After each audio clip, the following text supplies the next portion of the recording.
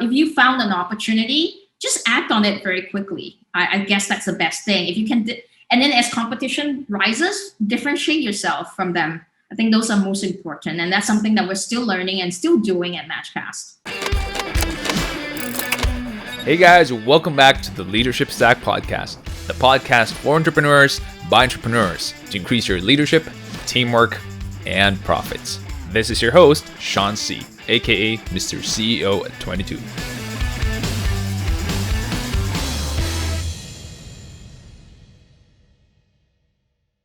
Jaime, it is super interesting to have you on the show. And before that, I just want to introduce, hey everyone, welcome back to the show. Sorry, I haven't been introducing our guests. This is the Leadership Stack Podcast. Welcome back. And today we have the CEO and founder of Matchcasts. It is something, if you're wondering, casts sounds like a podcast. Yes, it is related to podcasting. And it is very interesting for me to have her here and ask her questions because, hey, I'm doing a podcast myself. We're going to be learning about her entrepreneurship journey, among other stuff. So Jaime Ng, if you want to check her out, it's matchcasts.com. We're going to have that on the show notes. Jaime, welcome to this show. Thank you for having me. Thanks, Sean. We always start out with this question because a lot of entrepreneurs, if not all, actually start out this way. What were the things that took you to where you are now in Matchcasts? What is your entrepreneurship journey? What does it look like? That's awesome. That's a great question. It's probably a long journey. I've come full circle. So earlier in the pre-show, I was telling you that I used to be a film student. So I've always been into media, but I couldn't study media because there wasn't a very full-fledged course when I was growing up here in Singapore. So I ended up taking economics, but I was basically writing for the university newspaper, and eventually decided to go to the US to study film. I've always been sort of into film. And then later, I actually ended up sort of building a platform for streaming video for TV. Audio is something that I've actually never done. I felt like I've come full circle, but I would guess it's the elevator pitch of my life, but in reality, it's not. It's just because I've been a marketer all my life. And the last two roles I've been with is with Redmart and NTUC Link, where I was a CMO. But over the years, I've looked at my career. I've always been building stuff for people. I've been sort of looking at their business and changing it, growing it. I wanted to build a business of my own. And the opportunity arises when I decided to leave NTUC and go down this path. So I did a couple of entrepreneurship programs and then eventually landed up in Hong Kong, where podcasting scene is totally like crazy in China, where you have Himalaya, which dominates the market, and everyone have stopped listening to radio in China. 75% are all listening to some form of digital audio player. And I felt that, this landscape was sort of ripe for growth. And I saw that nascency happening in like US. I saw it happening in different markets. And I felt, hey, this is something that I could do. And therefore started ideating with Matchcast. And as a marketer, I guess my background was really in, I would say, advertising and sort of helping brands go audio. So that's really what we started. We call Matchcast the brand that helped brands go audio. We focus on podcast advertising, but we also have started going down the data analytics route. So we actually look at the entire podcasting landscape, slice that up by country, and can give you a very good landscape view of the country in which brands would be very interested to say, hey, I'm looking at Philippines. How does podcasting stack up? How does that work? How does then, Indonesia podcasting landscape looks like versus Singapore? And we've done that over the past year. It's still pretty early in my journey, but, it's been about 18 months now and counting. So hopefully, that could be some insights I could share with your audience. 18 months, that's almost when I started Leadership Stack. So it's a pretty early journey, in my opinion, still. I wonder, with the entire, you already sold, by the way, congratulations, you sold a company. That's a big deal. You work for all of these tech companies, Lazada, Alibaba. You became CMO. You learned a lot in leadership. What are the things that you took with you along all of those experiences that you're now able to apply in Matchcasts? Yeah, definitely. So one of the things that I did, I mean, going back to the sales, one of the thing was I was CMO of Redmart at that time. I went onto the company knowing that I had a very clear task is to grow them very quickly so that they could either raise funds. So just for audiences who are not familiar with Redmart, Redmart is the biggest sort of e-grocery in Singapore. It actually sells almost predominantly all grocery types as well as non-grocery products. And it was actually one of the biggest here in Southeast Asia, in Singapore, actually. It's not gone to Southeast Asia. And at that time, my role was to actually break it into like a almost daily staple for every Singaporean shopper.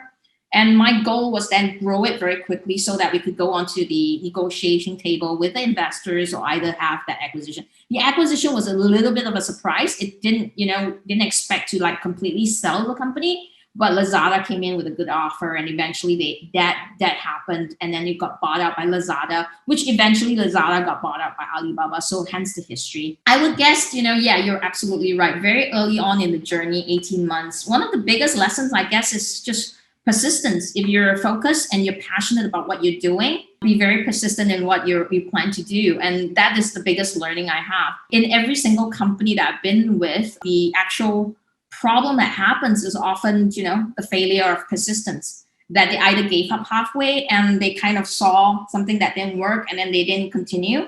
And that eventually could have been the success. That was one thing that I felt that we're always kind of working on Masterclass, but iterating it along the way. So 18 months, well, it felt like it's a short journey, but it's actually quite long in a startup because you're iterating every few months. It becomes like probably version 6 as I'm talking to you now.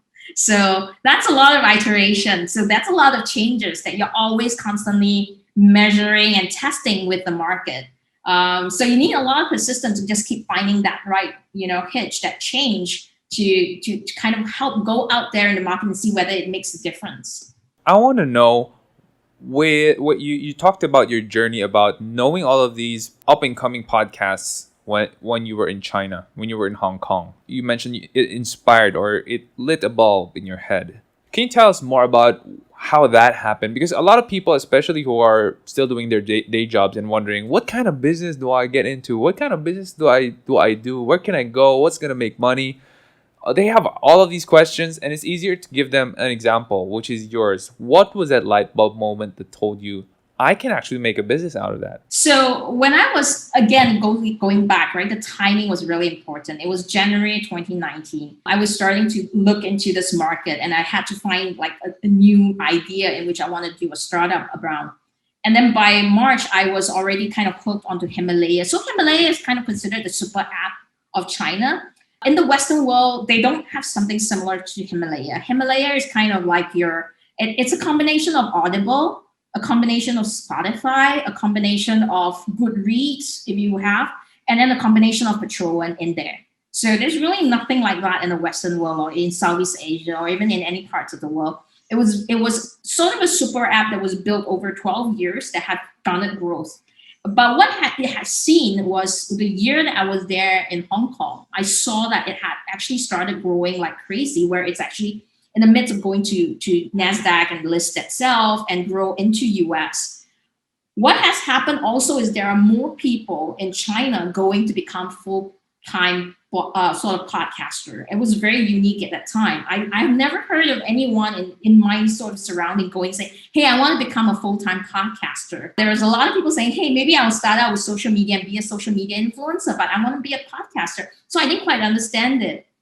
I was very lucky. So a cohort mate of mine was actually doing a program for Himalaya, and he was actually doing it really, really well. He had already 100,000 subscribers into his earlier show. And Himalaya was following him for subsequent show, which he will launch onto Himalaya. And I actually got a firsthand experience of how that growth was. And it lit a bulb in me was that, in all my career as a marketer, I've actually never really considered audio advertising to be something that would threaten, I would say, maybe programmatic or traditional media. I never quite thought of podcasting being sort of something like that, or audio advertising becoming sort of a stronger growth. But as I looked into the market and I did a lot of research, I saw that, markets in US, for example, started growing, audio listenership as there are more and more smart speaker in the home. people lifestyle and habits change. Like you were telling me earlier, you feel like it's wasting time just listening to music. You're not learning anything.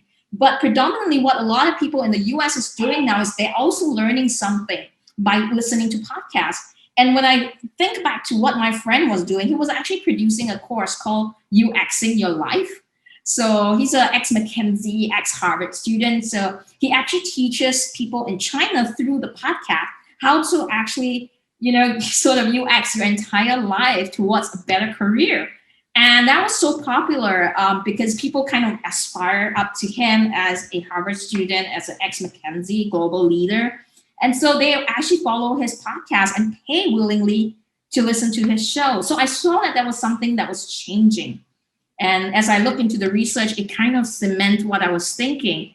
And guess what? In 2020, I think we had the most exciting growth of podcasting. Literally 1 billion was spent by Spotify to buy up a ton of different companies. Recently we just got into this sort of landscaping of podcasting called the Podscape that was done by the US, and Matchcast made it to one, but there are at least, like, I would say, good 250 companies on that whole landscape. So it's grown. It's really, really grown. So, whether what I did at that time was just right, led me down this direction. It did lead me down the direction. I saw that there was opportunity, but others saw it as well. So I wasn't the only person. And what was unique was then, competition started coming. So this is where we're faced with looking at how to differentiate ourselves from the landscape of people who also saw the opportunity and started going in there. To your audience, if you found an opportunity, just act on it very quickly. I guess that's the best thing. If you can, and then as competition rises, differentiate yourself from them. I think those are most important. And that's something that we're still learning and still doing at Matchcast. We just tell ourselves that it's important to do this and that, but we don't spend that much time into studying the why, the reason why we want to do that, and the how. How do we achieve those goals?